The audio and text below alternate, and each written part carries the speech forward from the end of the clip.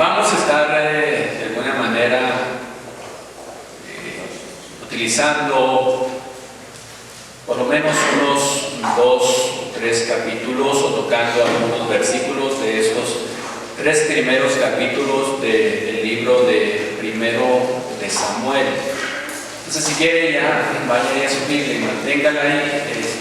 Vamos a tocar algunos versículos, vamos a leer algunos versículos en el transcurso del mensaje, pero para que ya lo tenga usted ahí. Gloria a Dios.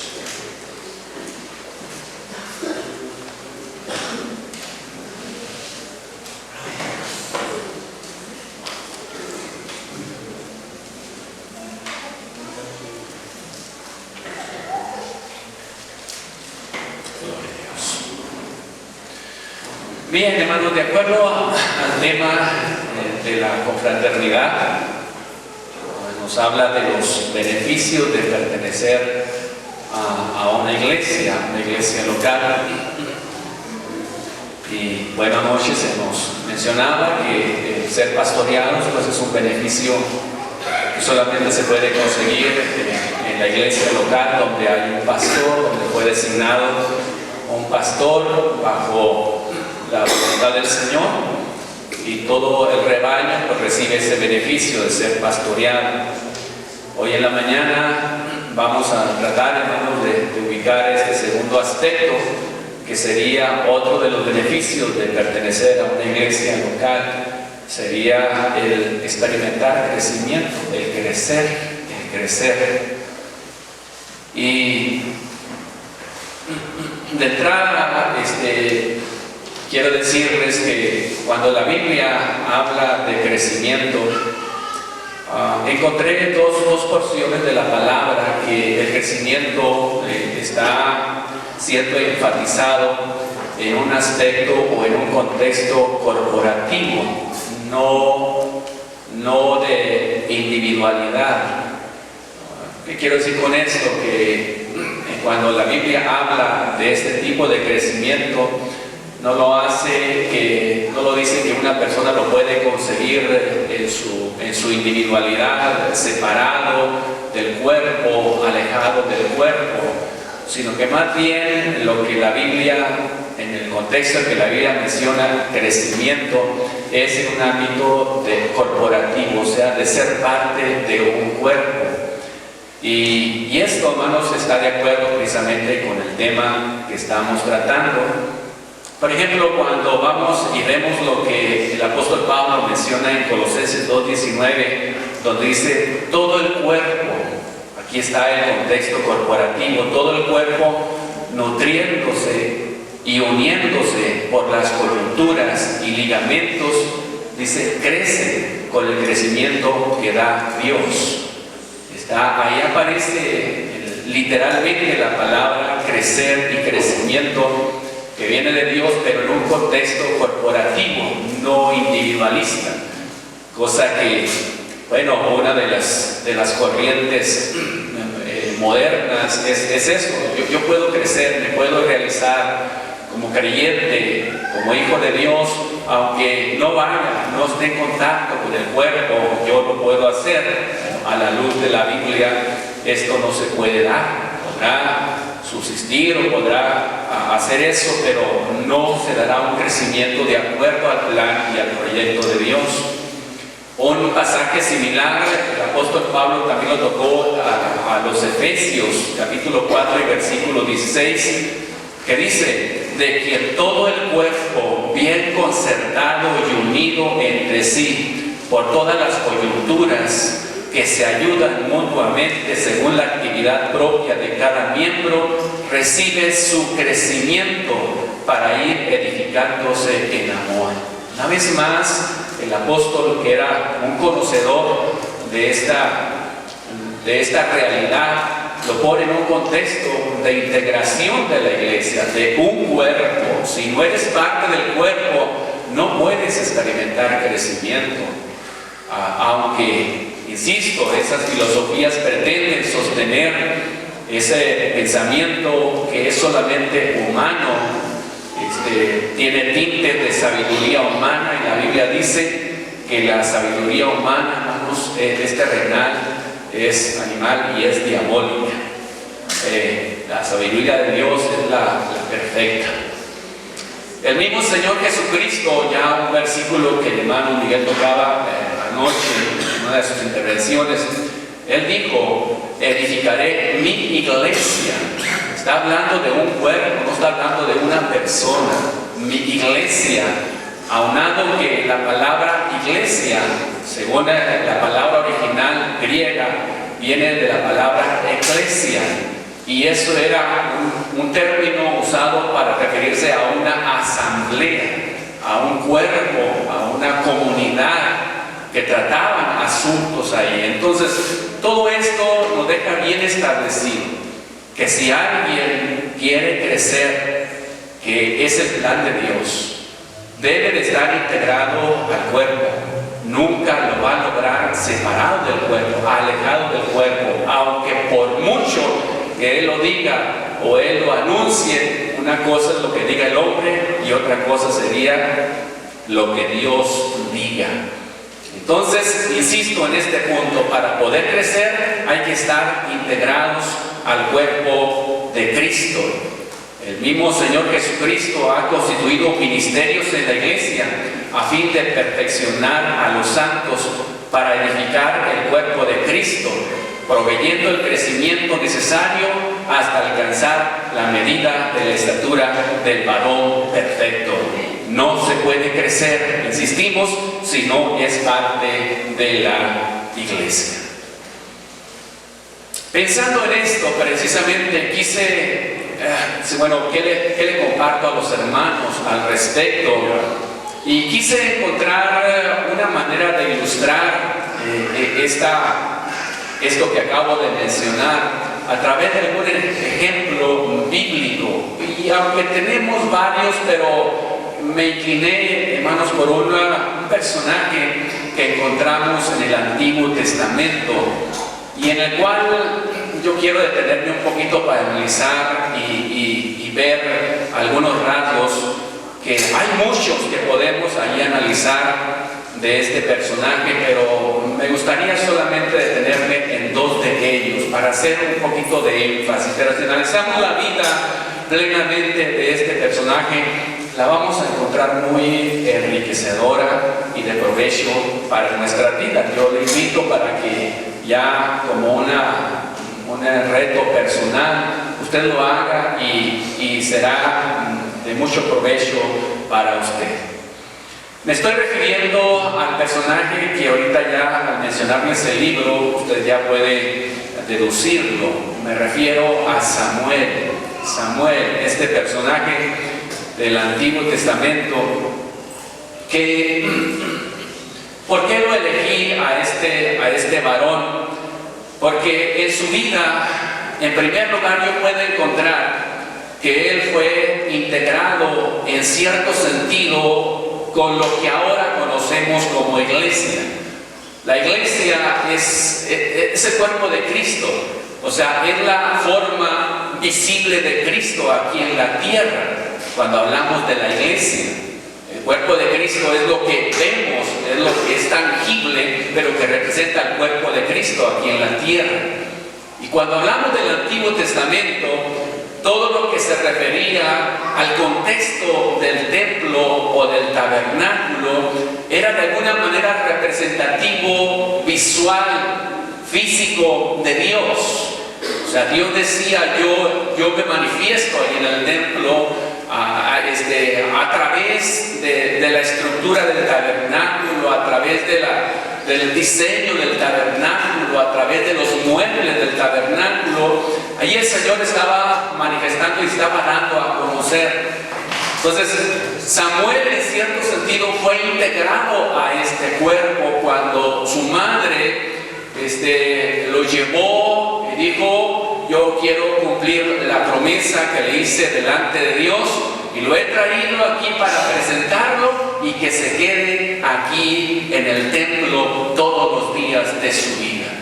Entonces, en cierto sentido, comparativamente, Samuel fue integrado a lo que en el contexto del Antiguo Testamento se consideraba como iglesia, lo visible de Dios en la tierra, en el contexto del tabernáculo, en el contexto de la casa de Dios.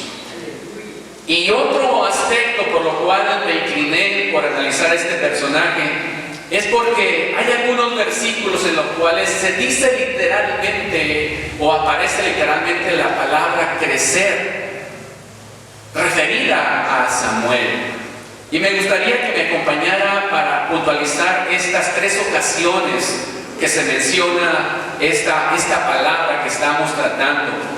La primera porción la encontramos allí en el versículo 21 del primer capítulo. Si usted gusta para constatar esto, vamos allí a 1 Samuel 1 y versículo 21. Gloria a Dios.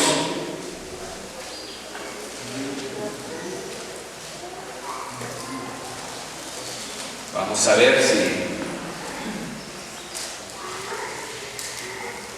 no es ahí, ¿verdad?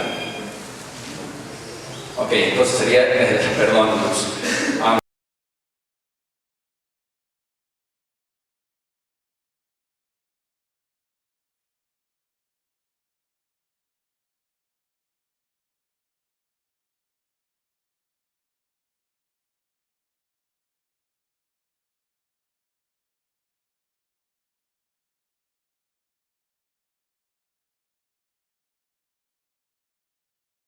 solamente se refiere a un crecimiento físico, sino que cuando dice delante de Jehová nos da a entender que también había muy particularmente un crecimiento espiritual en Samuel. La segunda vez donde aparece la palabra, el verbo crecer, es en el versículo 26 de ese mismo capítulo.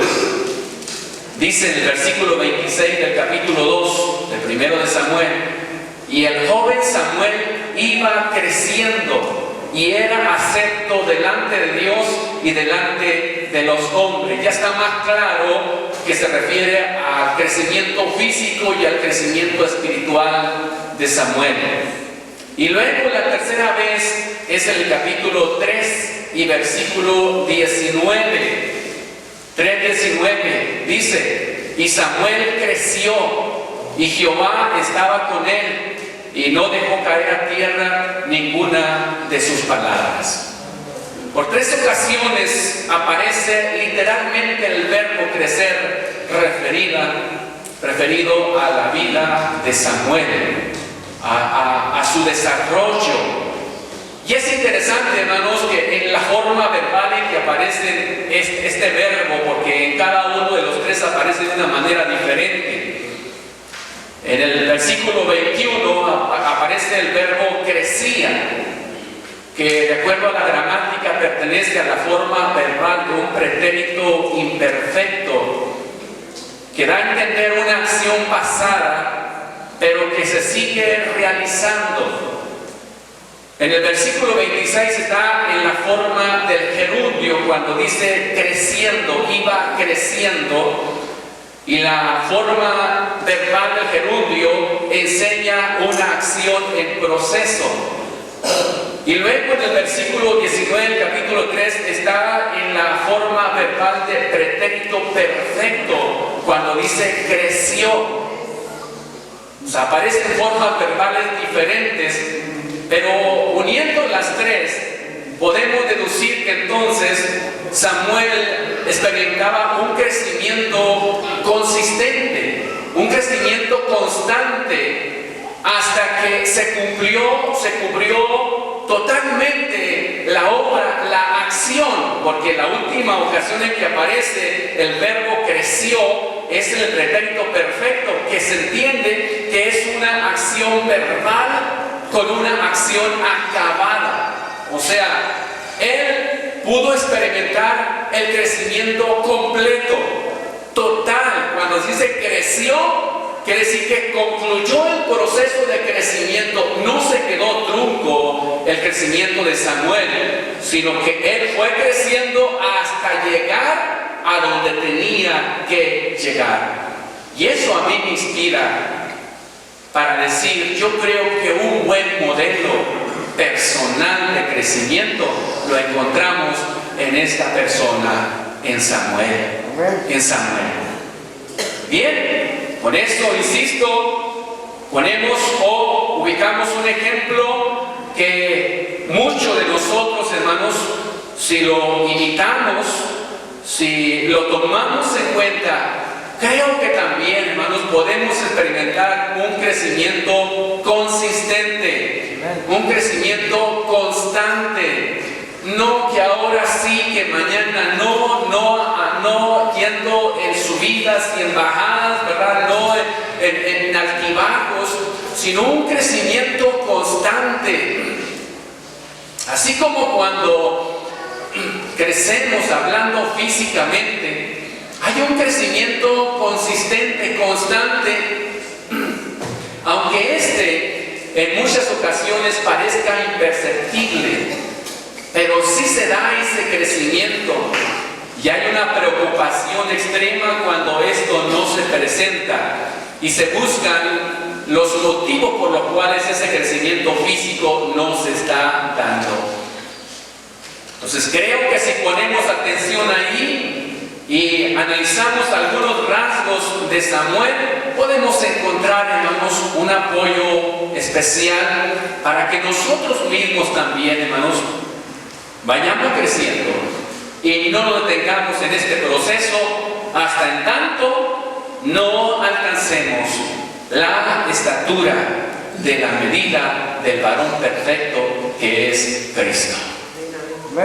Así es que estamos en este proceso, no sé cuántos estarán consistentemente creciendo, no sé cuántos habrán interrumpido ese proceso de crecimiento por cualquier situación, porque pretextos hay muchos pretextos, para que alguien diga, no es que yo no crezco por esto, no crezco por esto más, no crezco por aquello.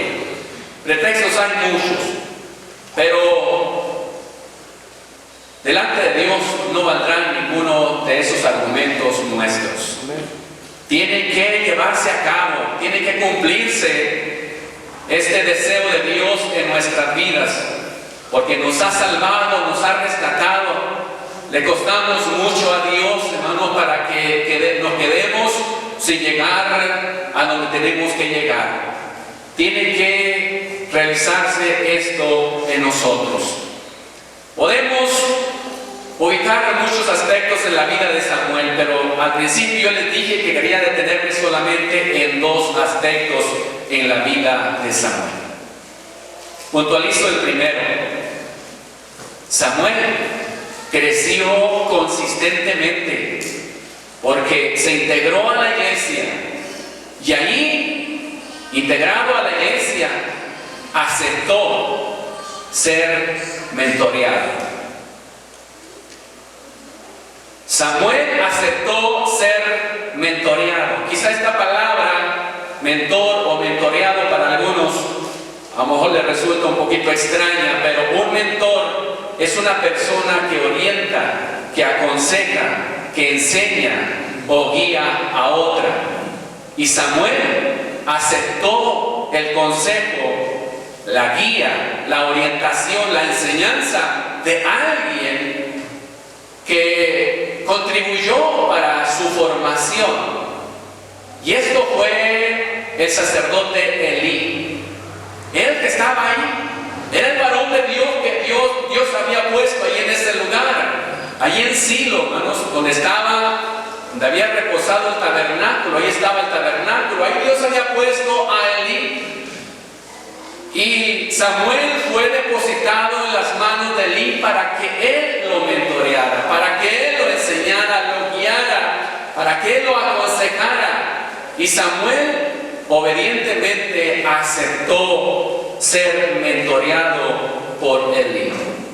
Nunca podremos crecer si no estamos dispuestos a ser enseñados, si no somos enseñables, si no aceptamos la cobertura de alguien, si somos creídos y decimos a mí ¿quién me va a enseñar? Este tipo de espíritu en nosotros no nos va a ayudar a desarrollarnos y a crecer como Dios lo ha planeado. Tenemos que disponernos, tenemos que ser moldeables. Tiene que verse en nosotros ese espíritu y ponernos bajo la supervisión, la dirección de alguien más. Creo que aquellos que han logrado desarrollarse plenamente tuvieron, hermanos, que experimentar esta situación. Y muchos que fueron rebeldes y dijeron: esto no lo soporto, no lo tolero, no es mi línea, pues, hermanos, se han quedado estancados. Algunos andan extraviados, otros ya se perdieron, otros, quién sabe, a lo mejor ya ni existen sobre la tierra, porque no aceptaron ser mentoreados, no aceptaron ser formados por alguien. Y yo estoy seguro que usted está pensando por ahí en algunos ejemplos que ha visto. Qué bueno que hay evidencia de ello, pero recuerden, aquí es cómo estoy yo, porque es lo importante aquí, ¿verdad? ¿Cómo estoy yo? Moisés, hermanos, mentoreó a Josué. Josué le caracterizó un espíritu, hermanos, de aceptar la mentoría de Moisés. Y vemos, hermanos, que Josué pudo desarrollarse, pudo hacer una labor importante delante de Dios. Eliseo, hermanos, fue mentoreado por Elías. Se constituyó en una persona que recibió el consejo de Elías. Y bueno, Dios lo llevó, lo levantó y lo usó a Eliseo. Creció hasta donde tenía que crecer. Si vamos al Nuevo Testamento, Timoteo también fue mentoreado por Pablo, hermanos. Y bueno, aun cuando Timoteo, un pastor joven, y que a muchos no les llenaba el ojo porque decían: es un joven, no tiene mucha experiencia, pero aceptó la mentoría de Pablo y cumplió el propósito, Timoteo. Que eso se pueda también decir de nosotros, aceptar la mentoría. Y aquí, hermanos, antes de voltear y ver, bueno, ¿quién me gustaría de mentor? Yo creo que cuando Dios nos ha salvado, cuando Dios nos ha llamado de las tinieblas a su luz admirable, Dios no se equivocó en qué lugar nos salvó y dónde nos ubicó. Yo creo que Dios no se equivoca, hermanos. Dios es perfecto, Dios sabe lo que realmente necesitamos y nos ha puesto y nos ha salvado, nos ha sembrado en cierto lugar, porque sabe que ahí se encuentran los elementos necesarios que nos van a mentorear y van a servir para nuestro crecimiento. Quizá en primera instancia no llenen nuestras expectativas, porque quizá tengamos un modelo de un mentor extraordinario y digo: no, pues a lo mejor no lo llena al que yo veo aquí enfrente o a la que yo veo aquí enfrente. Pero insisto, Dios con algún propósito lo salvó y en ese lugar lo puso en ese lugar, porque Dios sabe que ahí lo que usted va a recibir, si usted se dispone, va a ser indispensable para que usted se pueda desarrollar como conviene. Y si usted se resiste y es rebelde y renuncia a ello, bueno, quién sabe cómo le vaya a ir en la vida. ¿Por qué digo esto? Porque a lo mejor, hermanos, analizando la vida de Elí, a muchos de algunos, o a la vista de muchos, pudiera decir: no llena las expectativas de un mentor, y menos en las circunstancias en que está ahorita. Hay algunos rasgos que yo creo que con intención la Biblia los describe, que quiere hacernos entender algo importante, yo creo. Porque de mí se mencionan algunos rasgos que bueno, me gustaría que los puntualizáramos aquí. Por ejemplo, aquí en el versículo 22 del capítulo 2, hay un rasgo que se menciona de este mentor. En el versículo 22 del capítulo 2. Y mire, es un rasgo interesante. Dice al principio el versículo 22, pero Elí era ¿qué? Muy viejo. ¿Cómo era Elí? Muy viejo. Muy viejo. Eso dice en ese versículo. Y luego lo reafirma un poquito más adelante, allá en el capítulo 4 y versículo 18, si quiere lo podemos puntualizar. Dice: y aconteció que cuando él hizo mención del arca de Dios, Elí cayó hacia atrás de la silla al lado de la puerta y se desnucó y murió, porque era hombre que viejo y además que pesado. Quizá son rasgos que cualquiera pudiera decir: y este viejito, pues que muy apenas puede con su alma. Y yo, ¿cómo? No veo que vaya a contribuir mucho para mi crecimiento. Pero ¿qué fue lo que hizo Samuel? ¿Se reveló a ellos? No se reveló. Él se sujetó, se sometió a la mentoría de Elí. Y bueno, vemos cómo se fue desarrollando Samuel y fue creciendo en la voluntad del Señor. Ahí más o menos lo que se dice de Elí es que tenía aproximadamente 98 años ya este varón ahí, 98 años, ya rayando al siglo, ¿sí? Entonces, no analicemos el mentor de acuerdo a nuestros criterios. Dios lo ha puesto, Dios ha puesto quienes nos mentoreen, hermanos. Y Dios ha puesto esas características en aquel varón, en aquella mujer. No nos toca a nosotros hacer deducciones. Otra cuestión que a lo mejor pudiera resultar desventajoso para Elí como mentor y que Samuel pudiera decir o poner como pretexto es que no, yo creo que no es aquí mi lugar de crecimiento. Mire, se menciona otra facultad o situación o característica, rasgos de Elí. En el versículo 2 del capítulo 3 se menciona otro rasgo. Dice: y aconteció un día que estando Elí acostado en su aposento, cuando sus ojos comenzaban a oscurecerse, de modo que no podía ver. Le fallaba también ya la vista a Elí. Le fallaba la vista. En el versículo 15 del capítulo 4, una vez más se dice esto, 4:15. Era ya Elí de edad de 98 años y sus ojos se habían oscurecido, de modo que no podía ver. Un mentor viejo, pesado y casi ciego. Era difícil que viéndolo con los ojos humanos pudiera llenar los rasgos que a lo mejor algún joven inquieto pudiera decir: ando buscando quien me mentoree.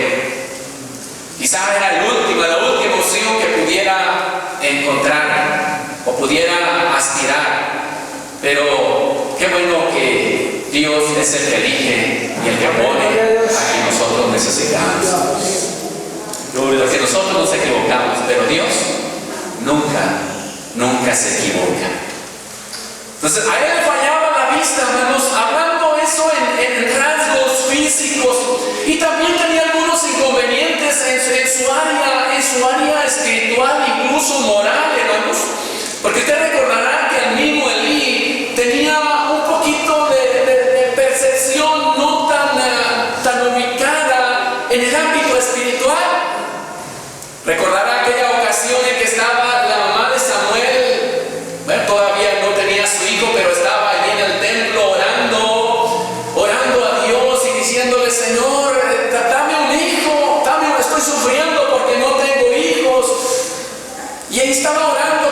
perversidad, moviendo solamente la boca. Y Elí estaba ahí como sacerdote y la miraba. Y bueno, pues ¿qué estará haciendo esta señora aquí, verdad? Y tuvo una conclusión, dijo, esta señora está borracha, viene borracha. Y bueno, ¿cómo le hago aquí para poner orden? Y Elí dijo, ¿sabes qué, mujer? Ya digiere tu vino y ya vete, ¿verdad? No estés aquí haciendo espectáculo. No tenía tanto una percepción espiritual así muy aguda, sino que se equivocaba también Elí en hacer sus deducciones. Y fue una equivocación pues bastante fuerte la que tuvo, porque una mujer ahí, hermanos, angustiada, solicitando el favor de Dios, y luego recibe esta reprensión del representante de Dios ahí, pues quiere decir que también Elí le fallaba la percepción espiritual.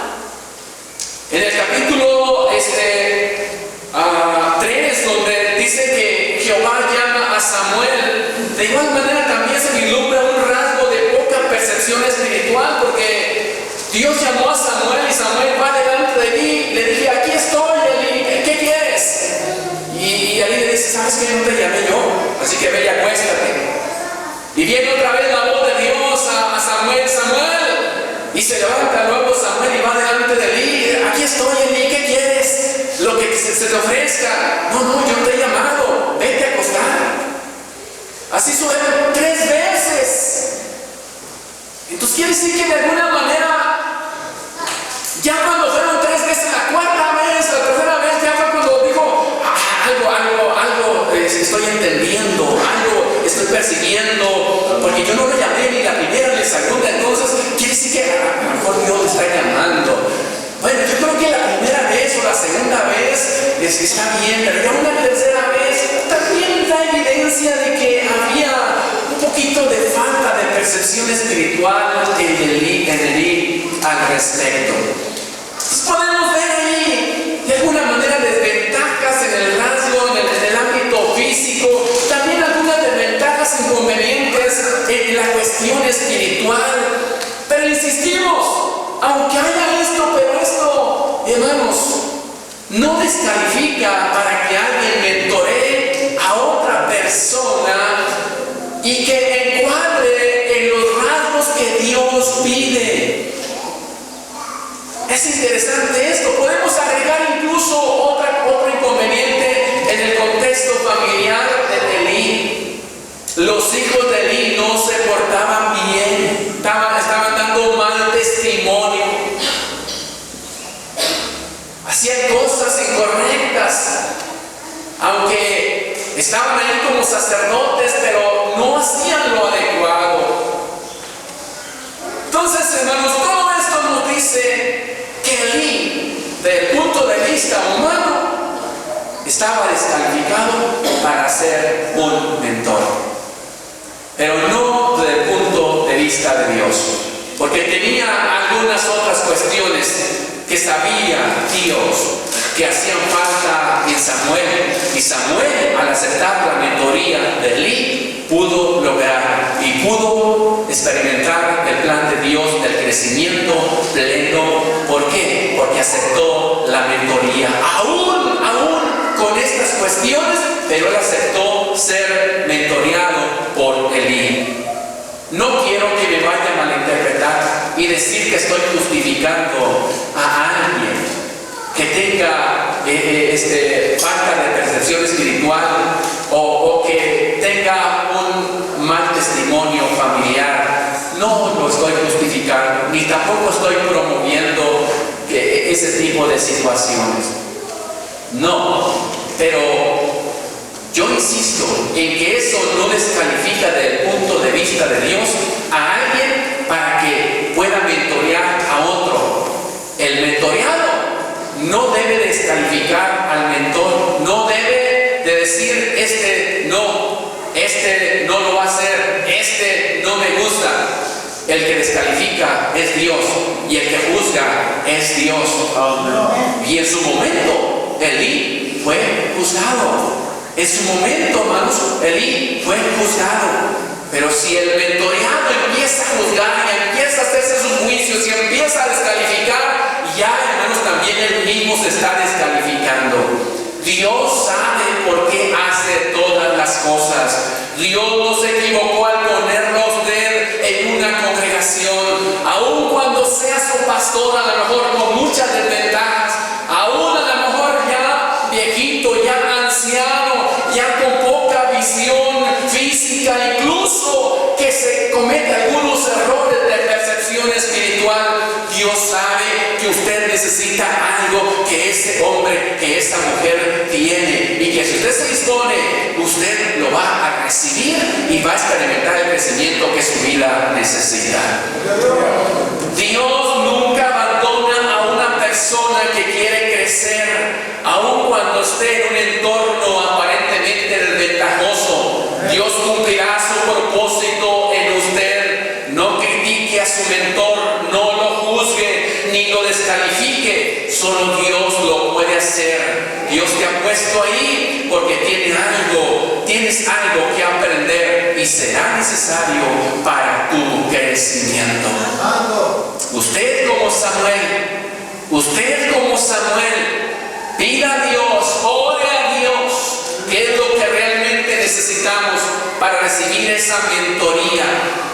La palabra del Señor sí nos dice, examinarlo todo y retener lo bueno. Esta es una cubierta y un apoyo de la Biblia, no para descalificar a alguien que vemos algún inconveniente, sino para decir, lo voy a analizar todo, pero eso bueno lo voy a retener. También la Biblia dice que debemos de entresacar lo precioso de lo vil. Eso le dijo a Jeremías, capítulo 15, versículo 19. Aún entre lo vil hay algo que se puede rescatar. Y aquel que está siendo mentoreado y que pone atención en ello, lo toma porque le hace falta a su crecimiento. Oremos a Dios. Pidamos la gracia del Señor para que esto se realice. No perdamos nuestro crecimiento. El nombre de Samuel tiene un significado interesante. La palabra hebrea se translitera como Shemuel. Y esta palabra está compuesta a la vez de dos palabras. La primera parte es Shema o Shema, que los judíos, una de las porciones importantes de la Torá, del Pentateuco que ellos se memorizaban, era el famoso Shema o Shema, que es aquella porción que dice: oye Israel, Jehová nuestro Dios, Jehová uno es. Empieza este versículo con el verbo oye. De ahí precisamente Shema quiere decir oír u oye, por eso le conoce como el Shema. La primera parte del nombre de Samuel es Shema, es oye. Y la segunda parte es él, que es una abreviación de Elohim, que es Dios, el Dios creador. Entonces, el significado de Samuel es: Dios oye. Si nosotros, como personas que estamos siendo mentoreados, oramos a Dios, Dios nos oye, y Dios va a hacer posible esto, que podamos tomar lo que es correcto, lo que nos va a servir, aquello que nos va a ayudar, y poder poner a un lado aquello que sabemos que es incorrecto, pero que no es de nuestra incumbencia juzgar y descalificar a alguien por esta situación. Insistimos, Dios lo hará en el tiempo y en el momento que Él lo considere conveniente, porque es el Dios de todos, de los mentores y también de los mentoreados. Que Dios nos ayude como mentores, amados hermanos, pero también, hermanos, a usted como persona, como joven, como niño, que debe de sujetarse a un mentoreo. No desista y no se desanime, no voltee para los lados, no voltee más allá. Dios lo ha puesto cerca los elementos para que usted pueda crecer de la manera en que Dios lo quiere, lo desea. Es el primer aspecto, hermanos. Aceptó ser mentoreado a pesar de la situación que estaba en su entorno, pero él aceptó esto y por lo tanto pudo crecer. El segundo aspecto, manifestó disposición para servir. Manifestó disposición para servir. Samuel manifestó disposición para servir, aún en tareas que se pudieran considerar como pequeñas. Y me llamó la atención lo que dice el versículo 15 del capítulo 3, que pudiera pasar inadvertida, pero por alguna intención se ubica allí en el versículo 15 del capítulo 3. Dice: y Samuel estuvo acostado hasta la mañana. Y esa siguiente frase me llama la atención. Dice: y abrió las puertas de la casa de Jehová. ¿Cuál era su labor? ¿Sí? ¿Cuál era su trabajo, su tarea, su disposición de servir? Ahí empezó con una tarea que al punto de vista de algunos era insignificante: abrir las puertas de la casa de Jehová. Gloria al Señor. Ser el portero de la casa de Jehová. Ser el portero, un oficio que a lo mejor para muchos es denigrante, insignificante. Pero Samuel manifestó disposición de servir, empezando con eso, abriendo las puertas de la casa de Jehová. No muy envidiable para algunos, porque algunos que aspiran, hermanos, inmediatamente a irse por los cielos, quieren ser grandes evangelistas, pastores de multitudes, profetas, apóstoles ya, ¿sí? Y no están dispuestos a abrir las puertas de la casa de Jehová, realizar tareas no simples, sí sencillas, pero con un significado de valor.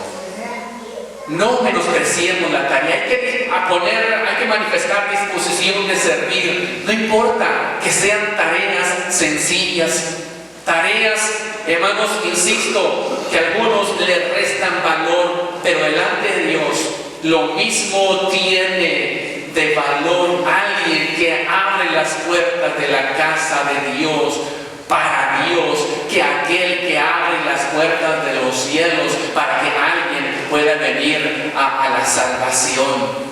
¿Sí? Porque alguien, un predicador, expone la palabra y vienen algunos al conocimiento de Cristo. Aquel predicador o aquel que abre las puertas, si lo hace para el Señor, tiene igual de importancia delante de nuestro Dios. Hermanos, Moisés no empezó, hermanos, guiando a la nación total de Israel. Moisés empezó cuidando ovejas ajenas, ovejas de su suegro. Pero lo hizo con fidelidad, esa tarea, lo hizo con fidelidad. Y Dios lo llevó, hermanos, a guiar a todo un pueblo rumbo a la tierra prometida. David, hermanos, empezó fielmente, hermanos, pastoreando las ovejas de su padre. Y Dios lo llevó, hermanos, Dios lo llevó a pastorear a todo el pueblo de Israel desde el palacio. José cuidó fielmente también las ovejas de su padre.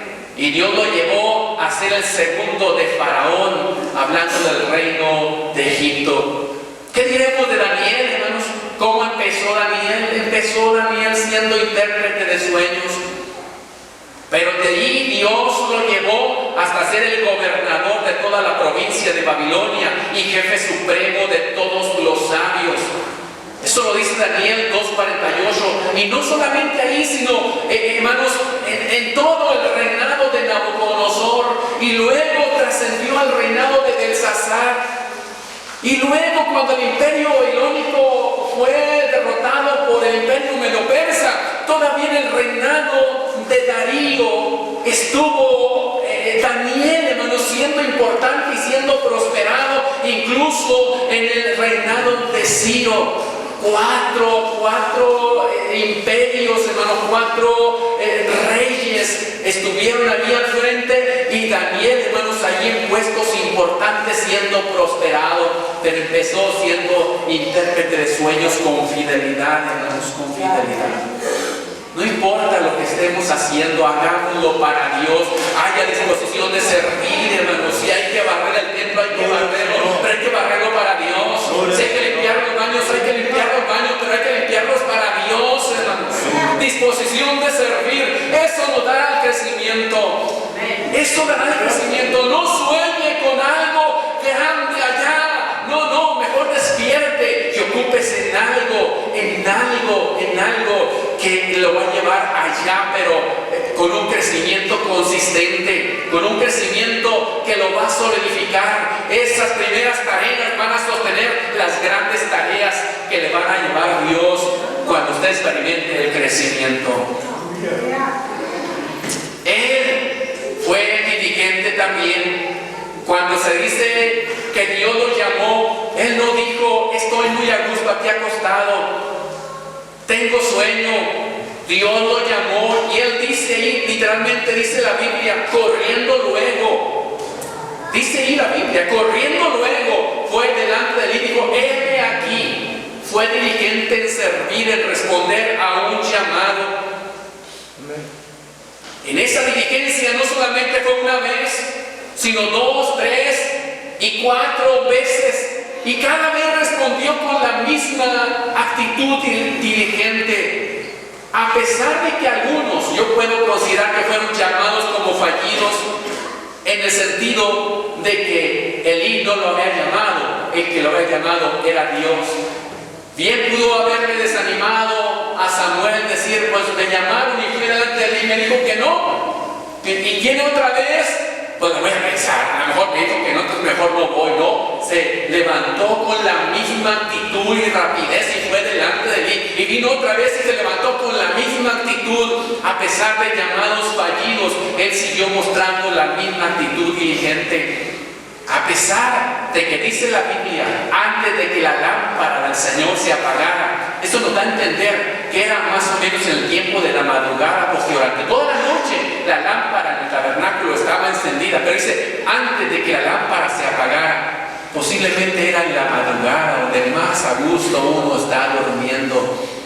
Ahí Samuel mostró diligencia en el llamado, y se levanta y responde delante de Dios. Hermanos, mostremos esa capacidad de servir en tareas pequeñas, siendo siempre diligentes. Hermanos, aquellos que Dios los ve así, Dios dice: este me es de más ayuda allá en la tierra que aquí en el cielo. ¿Ah? Mire, cada una de la iglesia tenemos gente que a lo mejor, hermanos, batalla para servir. No los menospreciamos, no los reprobamos, no los corremos de la iglesia. Yo creo que sirve para algo que a lo mejor nos cuesta un poquito trabajo poder entender, ¿verdad? Pero bueno, pero no les gusta mucho servir. Pero también me da la razón que en la iglesia hay gente muy servicial, dispuesta. No necesitamos decirle: oiga, me ayuda aquí. No, ellos luego ven la necesidad y se abocan a resolverlo. En la congregación, yo puedo decir con mucha franqueza que tenemos tanto los que batallan para servir como aquellos que se disponen para servir. Y yo creo que en cada congregación siempre hay este tipo de personas. Y aunque pudiera a lo mejor ofender a alguien, pero me gustaría en esta hora hacer una mención de cierta persona de la congregación, aludiendo a su antigüedad en el servicio en la congregación. Desde que yo llegué, más o menos por allá, el año... ¿Qué año sería? Por allá el 87, ¿sí? Me integré a la iglesia y yo vi a algunos hermanos dispuestos en el servicio, y que han permanecido hasta el día de hoy con esta actitud. Y me refiero a él por su antigüedad, porque hay muchos hermanos nuevos que les caracteriza una disposición de servir muy bonita, muy agradable, y damos gracias al Señor por ello, porque en su momento aceptaron la mentoría y la dirección, el consejo, y hasta ahorita han permanecido. Pero me refiero al hermano Mario Solís, un personaje antiguo, ¿verdad? Y me refiero por dos cuestiones. En la confraternidad pasada como que nos sorprendió la despedida del hermano, ¿verdad? No sé cuántos se dieron cuenta, pero por ahí dijo el hermano, por si ya no... Algo dijo ahí que nos sonó algo, dice, caray, pues ya no va a continuar, ya se está despidiendo el hermano Solís o algo va a pasar por ahí. Afortunadamente él aclaró, dijo, bueno, es que a lo mejor ya no religen al hermano como presidente de sección, entonces ya no va a ver a nosotros como músicos, entonces, pues por si esta es la última ocasión en que nos vemos, qué bueno que lo aclaró, ¿verdad?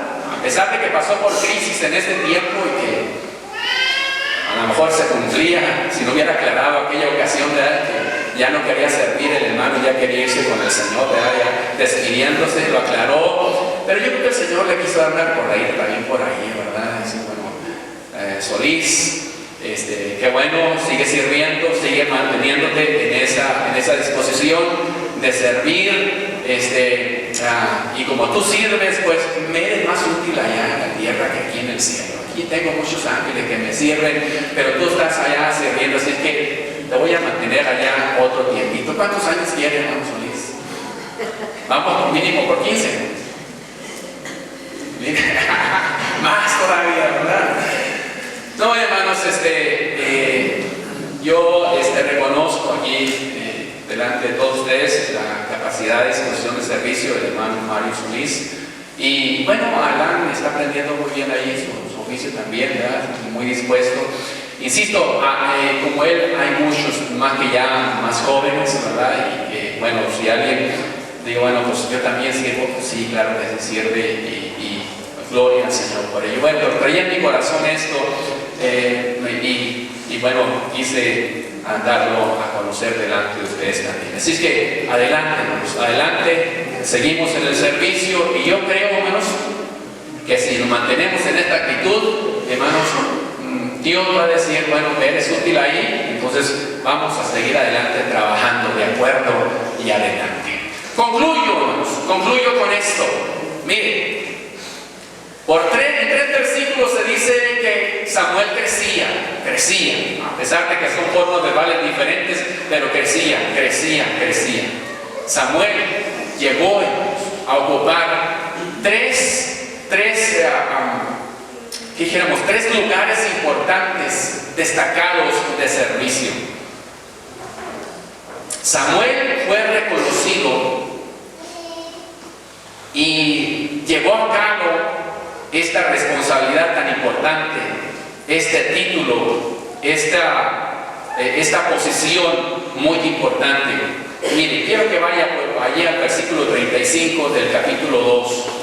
35 y capítulo 2.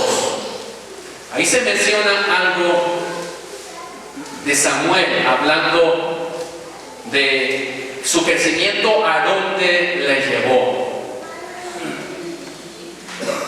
¿Sí tiene por ahí ese versículo?